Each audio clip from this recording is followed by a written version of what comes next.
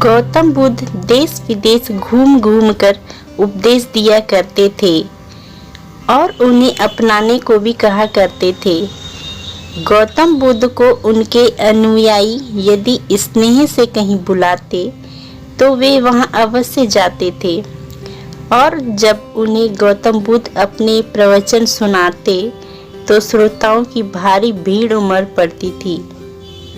बुद्ध के वचनों में जो अमृतत्व होता था, जिससे अत्यधिक गंभीर से गंभीर समस्याएं भी सुलझ जाती थी और कुछ न कुछ सार्थक ही प्राप्त होता था।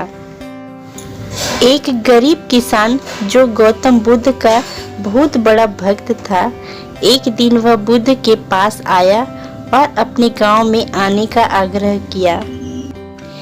बुद्ध ने ये आग्रह स्वीकार किया और उस किसान के गांव पहुंचे तो सारा गांव उन्हें देखने व सुनने के लिए उमड़ पड़ा,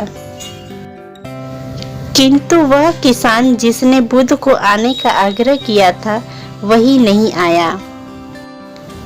दरअसल हुआ यह था कि उसी दिन उस किसान के बैलों की जोड़ी कहीं खो गई।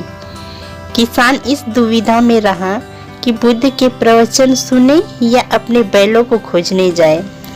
बहुत सोचने के बाद उसने अपने बैलों को खोजने का निर्णय लिया। घंटों इधर उधर भटकने के बाद बैल मिले। अब थका हारा किसान जब घर आया, उसके बाद वह भोजन करके सो गया। अगले दिन वह अति संकोच से क्षमा प्रार्थी बन के गौतम बुद्ध के पास पहुंचा तो वे बड़े स्नेह से बोले, मेरी दृष्टि में यह किसान मेरा सच्चा अनुयायी है।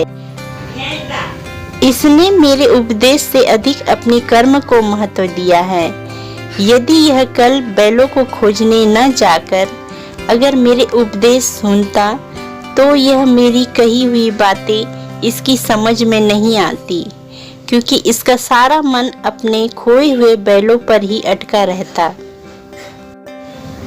इसने उपदेश से ज्यादा अपने कर्म को महत्व दिया।